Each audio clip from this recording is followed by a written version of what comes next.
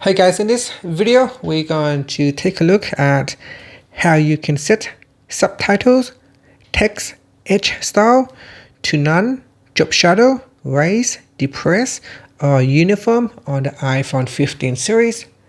First, let's go back to the home screen by swiping up at the bottom of the screen. From the home screen, tap on Settings. Next, in the Settings page, scroll down, then tap on Accessibility. Next, in here, we scroll down, and then in the Hearing section, tap on Subtitles and Captioning.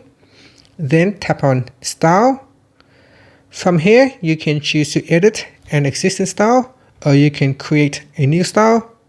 Now I'm going to edit an existing style, so I'm going to tap on Edit at the top corner. Then tap on the information button right next to a style that you would like to edit.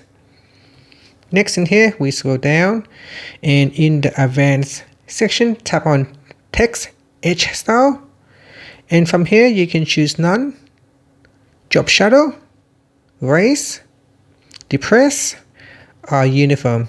So select an appropriate style that you would like to use. And after, you can tap on the back key or swipe up to go back to the home screen. Thank you for watching this video. Please like and subscribe to my channel for more videos.